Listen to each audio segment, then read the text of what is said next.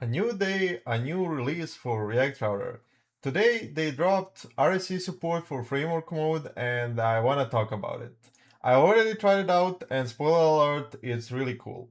Alright, so yesterday they dropped this new blog article, React Router RSC framework mode preview.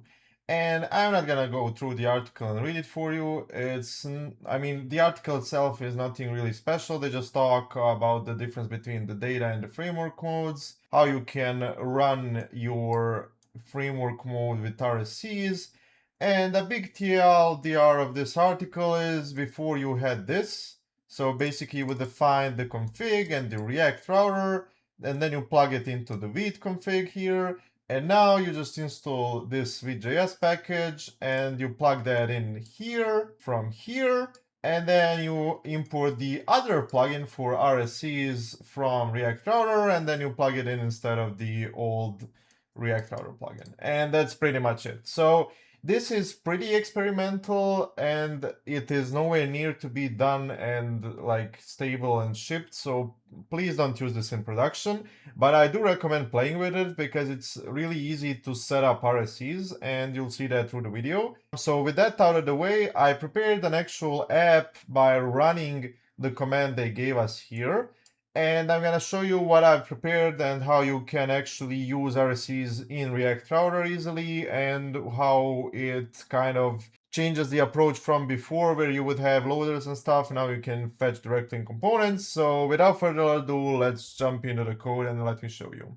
All right, so I prepared this demo. So basically this is just a sample they gave us with the command I just showed you. You just run that command and you're gonna get this, and I've already enabled GitHub so you can see the changes I've done. Let's explore. So the first thing that's really important is this is available from version 7.9.2, and that's what we're running here. And the only thing you need to do if you don't have a custom server is you go to your Vite config and you pop these two in, the RSC plugin from Vite plugin RSC, and their unstable React Router RSC plugin from React Router. So these are the two plugins you need. This is irrelevant, irrelevant, irrelevant. So these are the only two plugins that are relevant for React Router, and this enables you to use RSCs, and that's all the config you have to do. So if you're using currently the non-RSC version of React Router, when this comes to an actual stable release, you will just have to change the plugins, and that's pretty much it. So how do you use React Server Components? So because I've already prepared the project, I already have a few routes here, and I've added the user routes.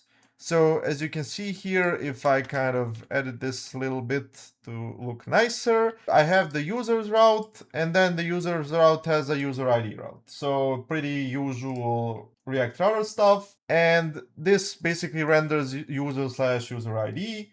And this is cool because of the following reasons. So first we have the index route. So let's run the project. So when you run it, you get the using React Router's RSC framework mode, which is experimental, and you get this link. So if I click on it, it opens up an actual app. And here we have the React Router logo that looks really cool. And I've swapped this from what's next to users. And if I go back to the actual code, you're gonna see that if I open up the welcome page that's rendered on the home page, so the home page renders this export function server component, and this can also be async, so you can do export async function. This doesn't really matter for this case here, but just so you know. And it renders the welcome component. And if I open up the welcome component, you can see that I'm fetching users directly in the component, and I'm awaiting this, and this is an async component. So this is React Server Components in React Router. So basically you just create the component, you await it, and as long as it's inside of home here, inside of the server component, it's gonna fetch from the server and it's gonna work like a React Server component.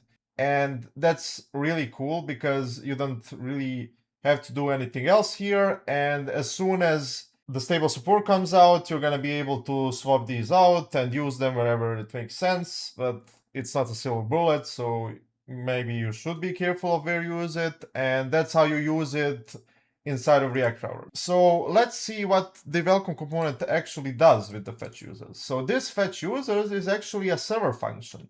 And if I open up this file here, it's called serverfunction.tsx. And you can see I use the use server directive. I import users from a JSON file that's located on the server, and then I just return it. So here you could use like something like a database and fetch it from a database. So this is kind of like a in-between solution where I just fetch it from a JSON file just for this demo. But this is a fully fledged server function that runs in the RSC and outputs the data. So as you can see in the browser, you get the users here instead of actually fetching the data. And now for our users example. So if I go to the users page, you will see that I have a list of users here. So if I check out the actual file that contains the logic, you can see that it's running with the old React Router approach. So we have our loader, the loader fetches the users, and then our default export here uses the loader data. It gets the users from the loader data and then shows them. Well, how do we convert this into React Server components? Well, pretty easily. So I delete the loader, and then I change this to be basically nothing. And then I just do await fetch users. And because this is now an async function, I add the async keyword, and instead of exporting the default, I export the server component. And now if I save this, and if I refresh here, you can see I still get the same data, but this is now running with our RSC. So this is not the usual approach you had before, this is an actual RSC. So if you click on any of these, it's going to change the URL to be user/ID, and it's gonna give you the currently active user. So now this again uses the old approach. And if I go to users.userid, you can see this loader. And again, this loader is fetching data. And as you can see, it's nested inside of users. So basically, if I go here, you can see the outlet. So the server component is actually also an outlet for a client component, but it can also be an outlet for a server component. So because that's the case, if I go back to this file, what we can do is, again, we don't need to use the loader. Again, what we can do is we can copy this, set it here, and then say const user is equal to whatever this is. So this just finds the user. And again, async, remove the default export, and the component export needs to be called server component. I just readied it before, so we don't have to do that. And then we get the params for the route here. They're type safe. If I hover over this, it's a string. And I say this. And you can see it's logged here. And now, as you can see again, if I refresh this, it again fetches the user with the specific ID, but it doesn't do it from a loader. It actually does it from a React Server component. And this makes using React Server components trivial in React Router. And this is actually really, really cool. I wasn't sure what the end result was going to be because of the data mode. Because in the data mode, if you remember, you had to set up like 3 entry files, and there was a lot of setup you had to do, and it just didn't feel right, and it didn't feel React Router-ish. And this feels just right. So this is kind of really cool, and I'm really excited about this.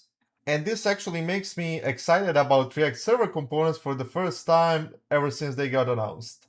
And yeah, you just get another lever to pull. It's easy to not send extra JavaScript over the wire now, and React Router makes this trivial. Now, again, like I said, this is still experimental, and I tried it with a bunch of stuff. It is still far away from me actually recommending you trying it, adding it to your project and actually using it, because a lot of features are not supported yet. But as soon as they are, you should try it out. And I'm hoping this will change in the near future, but we will see. And yeah, that's pretty much it for today. I hope you like this one, and I hope you're excited about this. I know a lot of people don't like RSCs, and I'm kind of in the same boat. I mean, they are great for some use cases, but they're not like a silver bullet or something that's gonna replace normal components and stuff like that. It's just a edge use case you can use when you need it, and you're probably gonna know when you need it. But yeah, I think this is really cool because this allows you to actually use RSCs without having a huge headache on how to do it. And this will be very powerful for everybody who wants to switch to RSCs. And that's it for today. Thank you for watching and see you in the next one. Let me know what you think down below and share it with others. Bye!